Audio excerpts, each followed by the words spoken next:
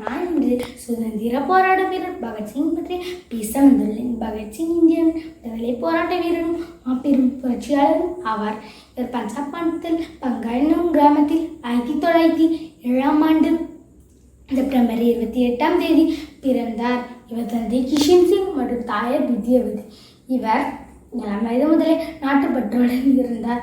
இவர் பிரெஞ்சு, ஆங்கிலம், Arabic, Polish, Swedish எனும் 5 மொழிகளை அறிந்தவர். துப்பாக்கியும் புத்தகமும் இடையே நெருங்கிய நண்பர்கள். ஜாலியன் வாலாபாக் படுகொலை நிகழ்வு பகத்சிங் மனதில் நீங்காதுவரை ஏற்படுத்துகிறது. கவலையும் நினைத்து கண்ணீர் சிந்துவதை விட லட்சியத்தை நினைத்து ரத்தம் சிந்துவதை மேல் இன்று ஆங்கிலுக்கு எதிராக முழக்கமிட்டார்.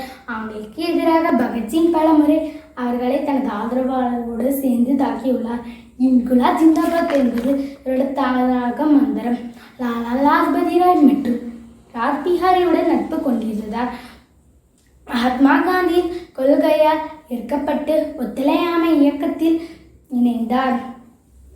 இவர் இறக்கும்போது உங்களால் எனது உயிரை மட்டும்தான் கொலை செய்ய முடியும், எனது கருத்துக்களே அல்ல.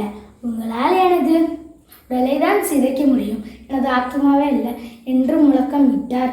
இந்தியா விடுதலைக்காக தனது மரணத்தை பரிசாக கொடுத்த போராளி இவர். மாவீரன் பகத்சிங் 1931 மார்ச் 23 ஆங்கில அரசால் தூக்கிலிடப்பட்டார். நாட்டிற்காக போராடி மறைந்ததால் அவரை மாவீரன் என்று அழைக்கிறோம்.